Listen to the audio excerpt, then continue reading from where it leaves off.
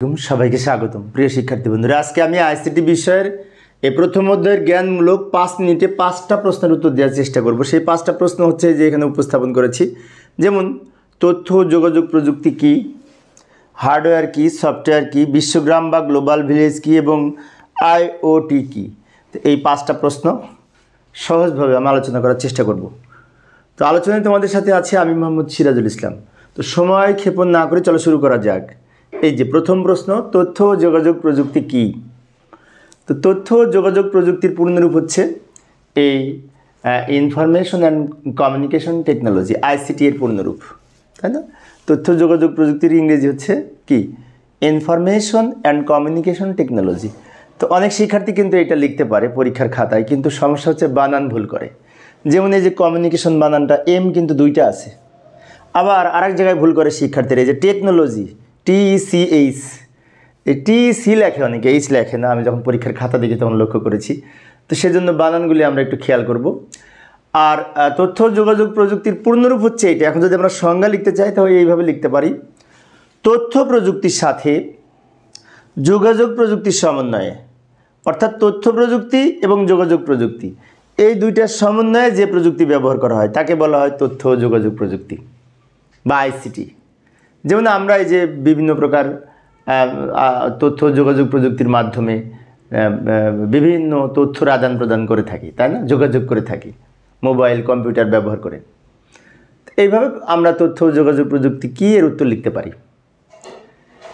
এবার আরেকটা প্রশ্ন দেখব, হার্ডওয়্যার কি? তো হার্ড মানে শক্ত, ওয়্যার মানে সামগ্রী, হার্ডওয়্যার মানে শক্ত সামগ্রী, তাই না? তো হার্ডওয়্যার বলতে এই যে এখানে কিছু ছবি দেখতে পাচ্ছি, এই যে কম্পিউটার একটা হার্ডওয়্যার, মোবাইল, রাউটার, বিভিন্ন রকমের যে ডিভাইস আছে, যন্ত্র আছে বা যন্ত্রাংশ আছে, এগুলিকে হার্ডওয়্যার বলে। তো আমরা যদি সংজ্ঞা লিখতে চাই তো এইভাবে লিখতে পারি: বিভিন্ন প্রকার যন্ত্র বা যন্ত্রাংশকে, যন্ত্র বা যন্ত্রের একটি অংশকে হার্ডওয়্যার বলে। হার্ডওয়্যার অবশ্য বিভিন্ন ধরনের হয়ে থাকে, যেমন এই যে input hardware, mouse, keyboard, scanner, এগুলো হচ্ছে ইনপুট ডিভাইস। এবং প্রসেস হার্ডওয়্যার বা প্রসেস ডিভাইসের মধ্যে আছে প্রসেসর, র্যাম, হার্ড ডিস্ক।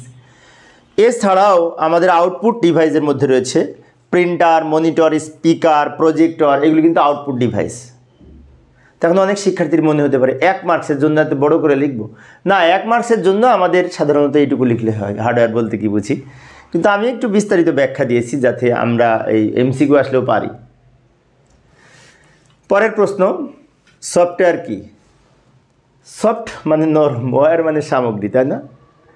সেজন্য বলা হয়েছে যে হার্ডওয়্যারকে পরিচালনা করার জন্য যে সমস্ত প্রোগ্রাম ব্যবহার করা হয় সেগুলিকে সফটওয়্যার বলে।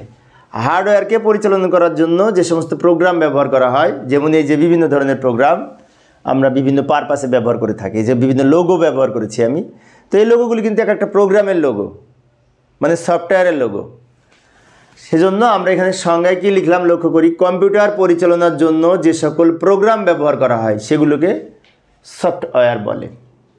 সফটওয়্যার 2 প্রকার, যথাক্রমে এই সিস্টেম সফটওয়্যার বা অপারেটিং সফটওয়্যার, OS যাকে বলে, যেমন উইন্ডোজ 2007, উইন্ডোজ 8, উইন্ডোজ 10, এইগুলি যেগুলি আছে এগুলো হচ্ছে সিস্টেম সফটওয়্যার বা অপারেটিং সফটওয়্যার।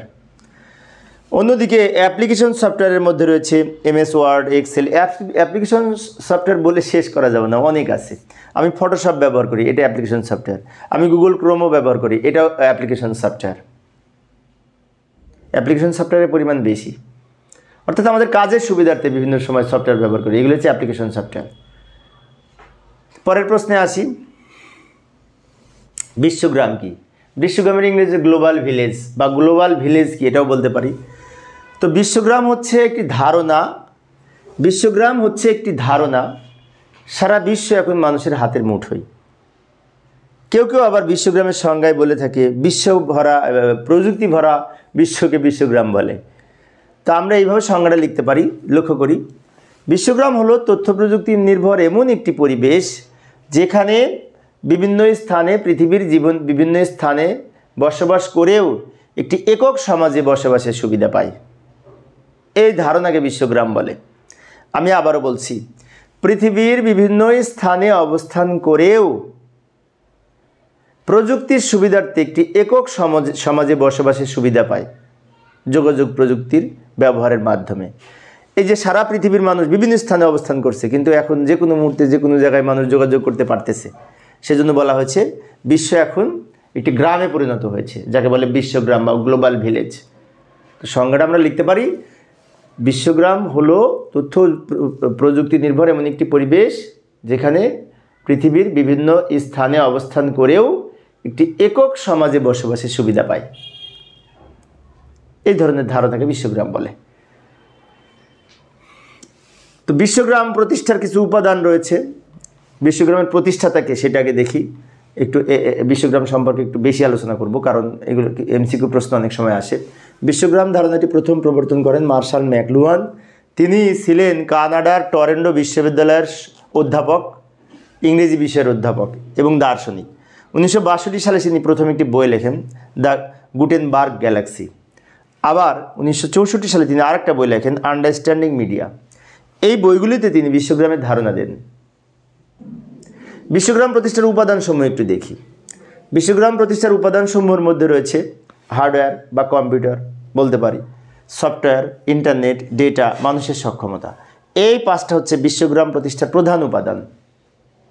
তো বিশ্বগ্রাম সম্পর্কে একটু বেশি আলোচনা করলাম, কারণ এখান থেকে অনেক সময় এমসিকিউ প্রশ্ন আসে, সেই জন্য। এইবার আসি পরের প্রশ্নে, আইওটি কি? আজকের 5টি প্রশ্ন আলোচনা করবো বলেছিলাম, 5 নম্বর আজকের আলোচনা শেষ প্রশ্ন। আইওটি এর পূর্ণরূপ হচ্ছে internet of things. Internet of things অর্থাৎ বিভিন্ন ইন্টারনেটে আমরা বিভিন্ন থিংস ব্যবহার করি। থিংস মানে কি? বিভিন্ন জিনিসপত্র ব্যবহার করি, তাই না? এগুলিকে বলা হয়। যেমন আইওটি এর পূর্ণরূপ ইন্টারনেট অফ থিংস। ইন্টারনেট ব্যবহার করে বিভিন্ন ডিভাইস নিয়ন্ত্রণ করা।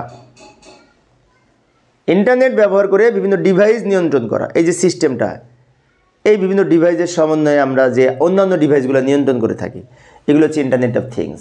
যেমন আমি যদি একটি স্মার্ট ওয়াচ যদি আমি ব্যবহার করি, স্মার্ট ওয়াচের মাধ্যমে আমি হিটিং সিস্টেম, কুলিং সিস্টেম, সেন্সরের মাধ্যমে আরও বিভিন্ন বিষয় আমি অ্যাপসের মাধ্যমে বিশেষ করে অপারেট করতে পারি। তাহলে এই ধরনের যে সমস্ত ডিভাইস, এই ডিভাইসগুলোকে বলা হয় এই ইন্টারনেট অফ থিংস।